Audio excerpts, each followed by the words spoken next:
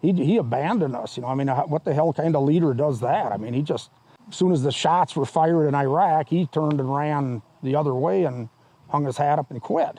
I was like, well, for Pete's sake, if this guy quit, if I say I'm not going to do it, I mean, what the hell kind of leadership is that? But then we fast forward to the election in 2018 in Minnesota, and you try at that time to get people's attention with this story and also with what seems to be a very misleading statement that he continued to make about his service. It kind of just sat there. When he was a congressman, he bragged that he was a retired command sergeant major. I'm the highest ranking person ever in the House, and all this lie that he was telling. The state of Minnesota came out after 2018, after this was exposed, and they said, well, he can say that he served as a command sergeant major, but he can't say he's a retired one because he's not. And that's what he was saying. And he was saying that, and there was lots of lots of cards coming in the mail, for him to be elected. They said right on there he's a retired command sergeant major, just tooting his own horn, just hanging on the coattails of people that actually are command sergeant majors that went through all the process and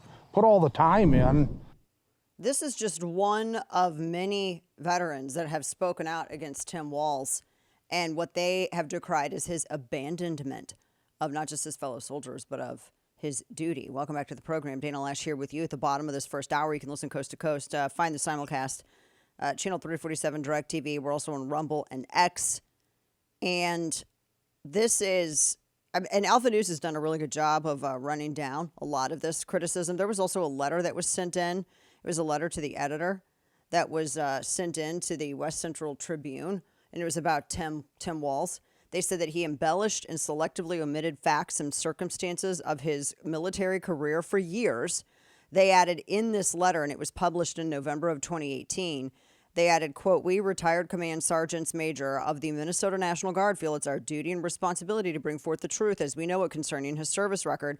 They put together a timeline of his service, they said, and they also noted that many of the they said of the dates and timeframes from his official discharge document, they have all of everything, and they said it's all been verified. They discussed how he was deployed with a field artillery battalion, and they said the mission, and this was in 2003, the mission was to augment the U.S. Air Force Europe Security Forces doing base security for 6 months. And he said they weren't replacing any units or military forces so they could deploy to Iraq or Afghanistan. He said it was part of their operation enduring freedom to Italy. And they said after the units returned to Minnesota in the spring of 2004, Walz was selected by high-level command sergeants to serve in the position of command sergeant major for the their particular battalion, and said August of 2004, he was photographed holding up a sign at a protest outside of a Bush campaign rally in southern Minnesota. He was conditionally promoted in September of 2004 to command sergeant major. They said his conditions had been outlined. They also said that the warning order, because he said that he was supposed to behave in a certain way, etc. They said that they noted that the warning order in 2005, a warning order was issued, which included the position he was serving in to be prepared to be mobilized for active duty to deployment to Iraq. But on May of 2005, he quit, and he left their battalion and its soldiers hanging without its senior non-commissioned officer as the battalion was preparing for deployment. And his excuse was that he had to retire in order to run for Congress, which is false, according to a Department of Defense directive, notes this letter in the West Central Tribune. He could have run and requested permission from the Secretary of Defense before entering active duty, as many reservists had. The letter states if he had retired normally and respectfully, you would think that he would have ensured his retirement documents were correctly filled out and signed, and that he would have ensured that he was reduced to master sergeant for dropping out of the academy. Instead, they write, he waited for the paperwork to catch up for him, and his official retirement document states, soldier not available for signature. They noted in September of 2005, he was conditionally promoted to Command Sergeant Major Walz. It was reduced to, when he was conditionally promoted, he was reduced to Master Sergeant. They said it took a while for the system to catch up, as it was in uncharted territory, because nobody quits in the position he was in or drops out of the academy except for him. And they said in November of 2005, while the battalion was training for war at Camp Shelby, Mississippi, they got an offer from retired Master Sergeant Walz. He offered to fundraise for the battalion bus trip home over Christmas that year. And they were deployed for 22 months. They were restricted, could not speak out against a candidate for office. He claims to be the highest ranking enlisted service member ever to serve in Congress because he was elected to House of Representatives in '06, even though he was conditionally promoted less than 8 months, quit before his obligations were met, the letter notes, and was reduced to Master Sergeant for retirement. Yes, he served at that rank, but he was never qualified at that rank and will never receive retirement benefits at one rank below. They add, you be the judge. These are all, I mean, it's not just 1, 2, 3, 4, 5, 6, 7, 8, 9, 10. There's a herd of these veterans that have been speaking out against him, and these guys signed their name. They had Thomas Behrends, Command Sergeant Major, retired. Paul Hare, Command Sergeant Major, retired. And then they have a lot of these guys that have been speaking out. And as I said, Alpha News has some of this as well. They said that he had made Walz not going on the mission. Doug Julin said that, quote, it was a backdoor deal. Others said that he, quote, let his soldiers down by dodging the deployment so he could run for Congress, or by running for Congress. They had a lot. In fact, it was Tom Behrends, who is the retired Command Sergeant Major, who also signed that letter that was sent into the newspaper, who ended up replacing Walz on the ticket, or on deployment, excuse me. And Jensen said, that in my eyes, today is the day that Walz is indicted for lack of leadership and an unwillingness to do his duty. It's one of his opponents at the time. I mean, it is, that's kind of wild. I mean, there's, I kind of trust the veterans that were serving to speak out on this, but they had all these military whistleblowers that are saying that, he's misrepresenting himself and he's misrepresenting his service on the campaign trail and in office. And there's quite a few of them that are speaking out about this.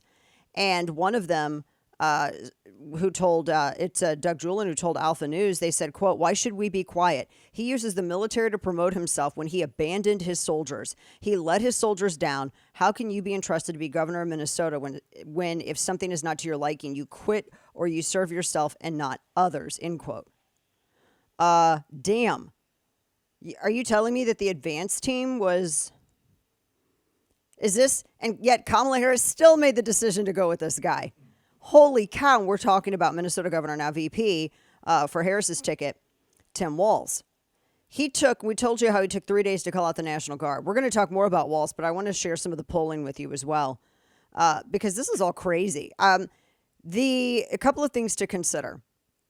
Let me get into 3 things. First is that in the RCP averages, Harris has taken lead in the national head-to-head RCP average for the first time. They are tied.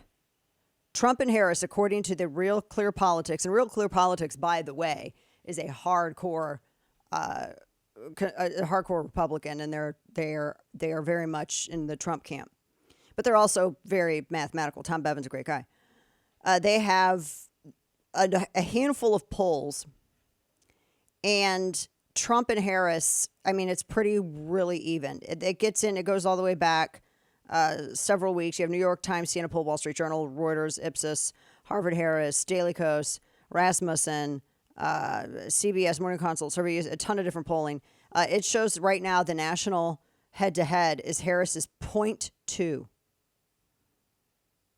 Now, when you consider what the average margin of error on surveys of these polls is about 3 points, 3.5 points, that's wild.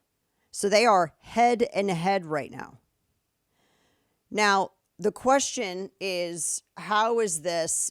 Because Republicans have been trying to get their footing, I think, on Harris. Although I think that's a lot of the RNC not being prepared. And you should always be prepared. You're in the left, and I think some independents that might lean left are in this honeymoon phase for Harris, because she's got a little bit of a bump. How long is it going to last? Is Walz going to bring her any kind of a bump? They're having their first event this afternoon, this evening. Everybody's in Pennsylvania, and it's really weird to me, by the way, that you're snubbing Pennsylvania, but you're trying to court Pennsylvanians as well by doing your first event in Philly. And you've got, the governor, Josh Shapiro, who's going to be standing there on the stage with him. And this is assuming that Shapiro wanted the position, but Democrats held him off because, him being a Jewish man is a factor. His faith is a factor. It's insane. We're even having this conversation. It's 2024, for crying out loud. So I don't know what kind of bump Walz brings. Because if she's trying to appeal to like Zoomers and millennials, the under 25 crew, they don't vote. It's not because they can't, obviously. It's because historically, since I was a kid, everybody always talks a great game. I mean, when I was in high school, we had Rock the Vote in the 90s. It was MTV's Rock the Vote. You remember that, Kane? They had a whole thing, Rock the Vote. When they did MTV Beach House in the summer leading up in an election year, it was Rock the Vote. I mean, they did everything. I will never forget. I mean, I will never forget when they interviewed Newt Gingrich when he was House Speaker, and they were asking him boxers or briefs. That's where that came from. So they just don't vote. Historically, they don't vote. And I think it's an age thing. It's not even a specific generation thing. And it's not even a party affiliation thing. It is what it is. And when you consider that the majority of adult registered voters don't get out there and vote, you realize that if you get 50% voter turnout, that's crazy, right? That's great. 60% is fantastic. Those are adults, mainly adults. So when you consider that adult registered voters don't always come out and vote, I mean, it kind of puts it in perspective a little bit more about, the younger generations. And my generation, we're like baby. I was right before 80. So I'm like Gen X, baby Gen X, like elderly, octogenarian, millennial. I don't know. I don't want to claim it. I'm Gen X, for crying out loud. But we didn't vote. I went because I was kind of always a political nerd. So I went out when I turned 18. The moment I turned 18, and the first election I could vote in, I voted. But not everybody goes out and votes. That's the thing. So if she thinks that that's going to lock in that demo, that shows how. That's why I don't necessarily think this is all Obama. There are a lot of people who are like, oh, well, this is Obama who picked this. I don't think so, because I think Democrats view Trump honestly as beatable. Because Trump needs to stop doing things like going in Georgia and attacking people. This is not about whether you like him or not like him. This is about, if you want him to win, you're going to acknowledge where there's errors and you're going to fix him. If you're a plant and you don't want him to win, then you're going to recoil in horror whenever anyone brings up mistakes that need to stop and be fixed so as for him to have victory. And I think that the people that are very offended whenever you bring up errors that he makes and that you want to correct, when they act like it's a betrayal, I think that they're plants that are trying to divide the right. And I don't think that I don't think they've ever voted for Trump or ever any intention of voting for him. I think that they're fake patriots, and they should be pointed out as such, because only pretenders don't want your candidate to fix problems.